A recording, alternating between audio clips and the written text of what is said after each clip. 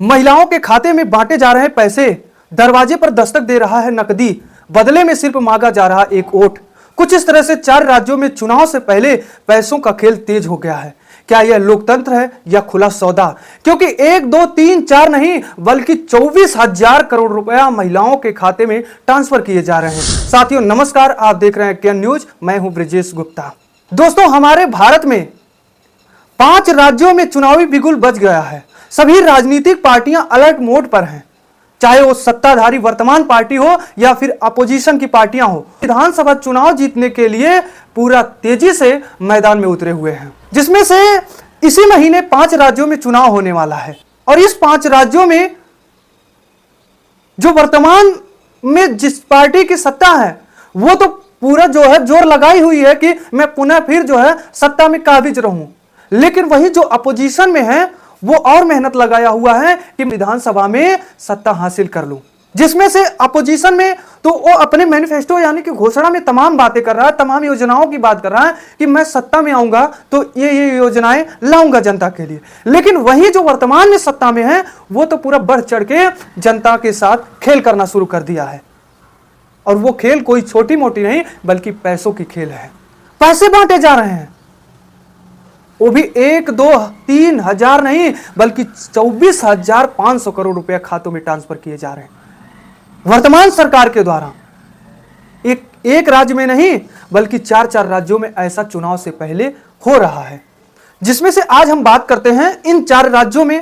हालांकि 5 राज्यों में चुनाव होने वाला है विधानसभा का इसी महीने, लेकिन 4 राज्यों की मैं बात करता हूं जहां चुनाव से पहले महिलाओं के खाते में पैसा ट्रांसफर किया गया है। आखिर में महिलाओं के खाते में ही क्यों पैसा ट्रांसफर किया गया है, पुरुषों के खाते में क्यों नहीं किया गया है? आज हम इस पर विस्तार से बताऊंगा सिलसिलेवार तरीके से। आप हमारी वीडियो में लास्ट तक बने रहिएगा, तभी आपको पता चल पाएगा कि आखिर में यह खेल क्यों किया जाता है पार्टियों के द्वारा और चुनाव आने के समय। तो चलिए हम सबसे पहले बात करते हैं पहले राज्य की, जिसमें से पहले राज्य की मैं बात करता हूं असम की, जहां पर भारतीय जनता पार्टी ने बिहू मनाने के लिए महिलाओं के खाते में 4-4 हजार रुपए ट्रांसफर किए हैं।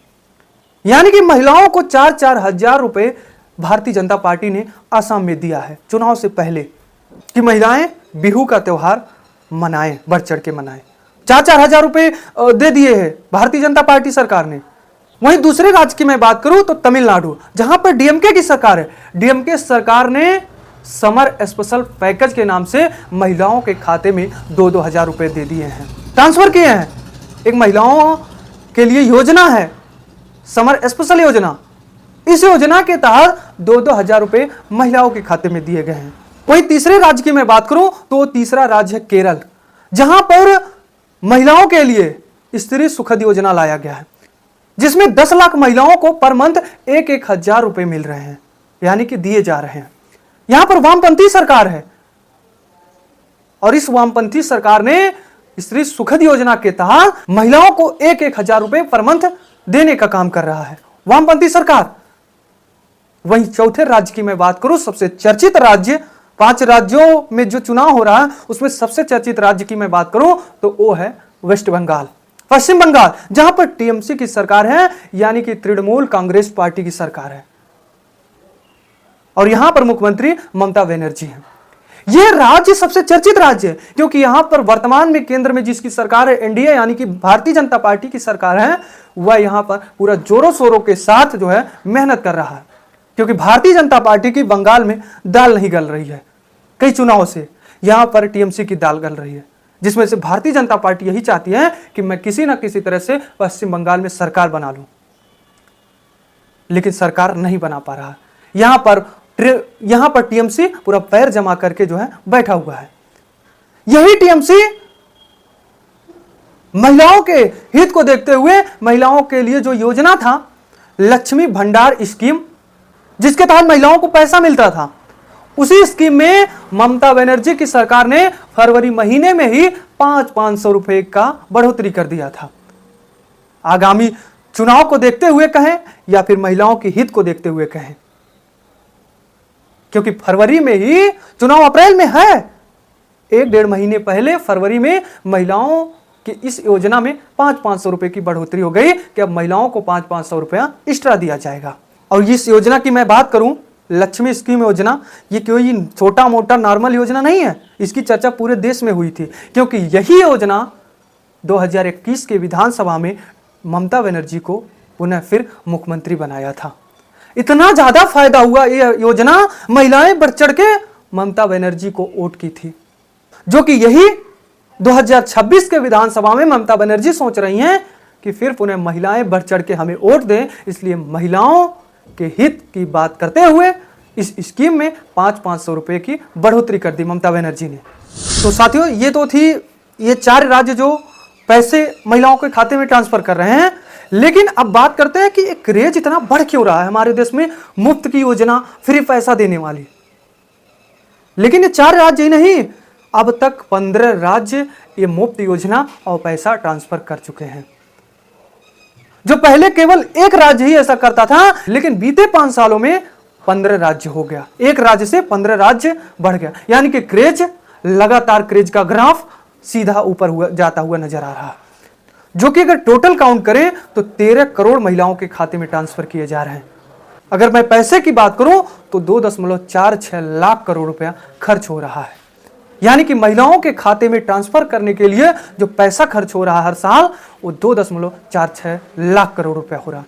टोटल बजट की मैं बात करूं तो 0.7% बजट केवल महिलाओं के खाते में फ्री का पैसा ट्रांसफर करने में खर्च हो जा रहा है।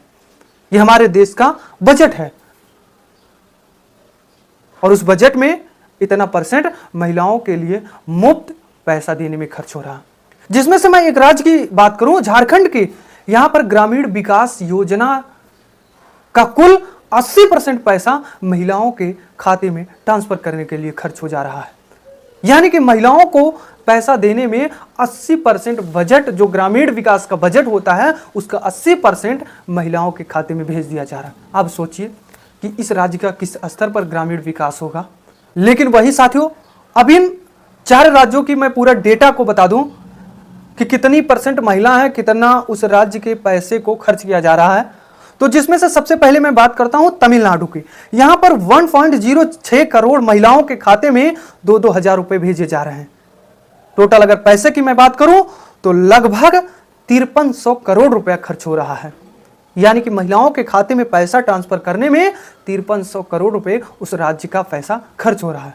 वहीं दूसरे राज्य की मैं बात करूं तो बंगाल की, यहां पर 2.4 करोड़ यानी कि 2.4 करोड़ महिलाओं के खाते में पैसे ट्रांसफर किए जा रहे हैं। और पूरी खर्च की मैं बात करूं तो 14,400 करोड़ रुपया खर्च हो रहा है। वहीं तीसरे पे मैं केरल की बात करूं तो यहां पर 10 लाख महिलाओं के खाते में 1-1 हजार रुपए पर मंथ दिए जा रहे हैं। और खर्च की मैं बात करूं तो 1200 करोड़ रुपए खर्च हो रहे हैं। वहीं चौथे राज्य की मैं बात करूं आसाम की, जहां पर 40 लाख को बिहू मनाने के लिए पैसा दिया जा रहा है। और टोटल खर्च की मैं बात करूं तो 3600 करोड़ रुपया खर्च हो रहा है। यानी कि ये 4 राज्यों का डेटा है कि कितने परसेंट, कितने महिलाओं को पैसा दिया जा रहा है और उस राज्य का कितना पैसा खर्च हो रहा है फ्री का बांटने में। अब बात करते हैं साथियों कि आखिर में ये फ्री का, मुफ्त का योजना का क्रेज इतना बढ़ा क्यों। तो इसके पीछे कई वजह है। सबसे बड़ा वजह है जीत का मार्जिन, जीत का उदय। यानी कि कई राज्यों में जो पिछले चुनाव में इसी तरह की योजनाएं लाई गई थी, इसी तरह से मुफ्त पैसा दिया गया था, फ्री का पैसा दिया गया था, तो उस राज्य में फायदा हुआ था। जिसमें से पहले राज्य की मैं बात करता हूं तो मध्य प्रदेश, जहां पर 2023 के चुनाव में एक योजना थी लाडली बहन योजना, जिसके तहत जो है महिलाओं को पैसा दिया जा रहा था। और यह योजना इतना कारगर हुआ कि कई सीट बढ़ोतरी हुई थी एमपी में। जिसकी सरकार थी उसकी सरकार की कई सीट बढ़ोतरी हुई थी।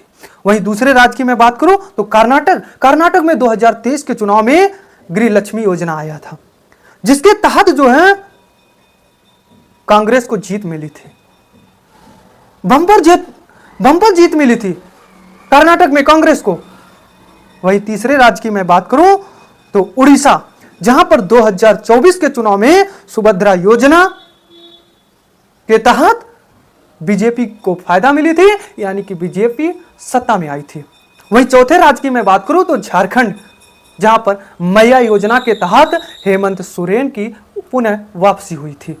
यानी कि ये राज्य जो है इस योजना के तहत महिलाओं को पैसा दे करके जो है फायदा लिए थे, उनका फायदा हुआ था।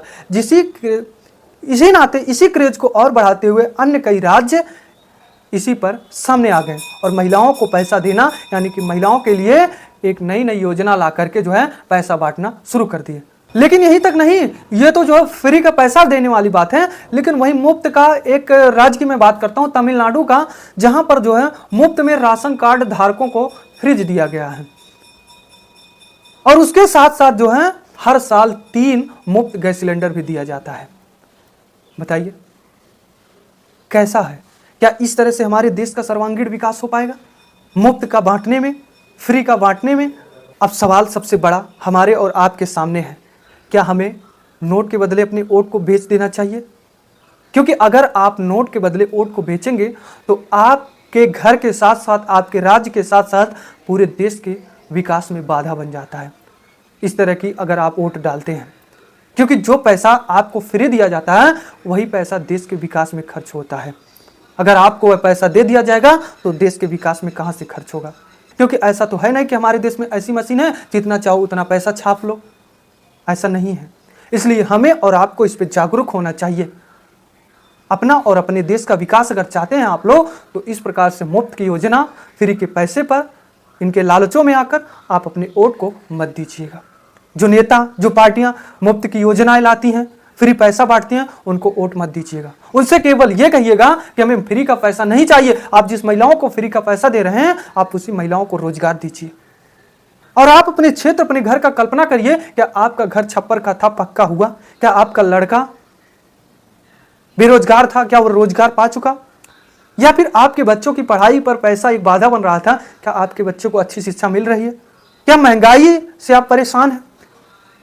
अगर ये सब मुद्दा आपके पास है, इन सभी से आप परेशान, पीड़ित हैं, तो मैं कहता हूं पूरे दावे के साथ आप वर्तमान सरकार, आपके राज्य में जो भी सरकार होगी उसको वोट मत दीजिएगा। क्योंकि बदलाव करिएगा, बदलाव ही प्रकृति की सबसे बड़ी नियम होती है, बदलाव होनी चाहिए।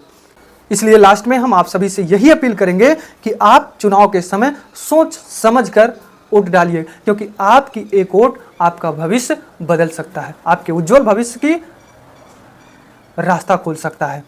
तो साथियों, यहीं पर खत्म करते हैं अपनी आज की रिपोर्ट। इस पर आप क्या कहेंगे कमेंट में जरूर बताइए। तो दीजिए ब्रजेश गुप्ता को इजाजत, मिलते हैं नई मुलाकात नई वीडियो के साथ। धन्यवाद।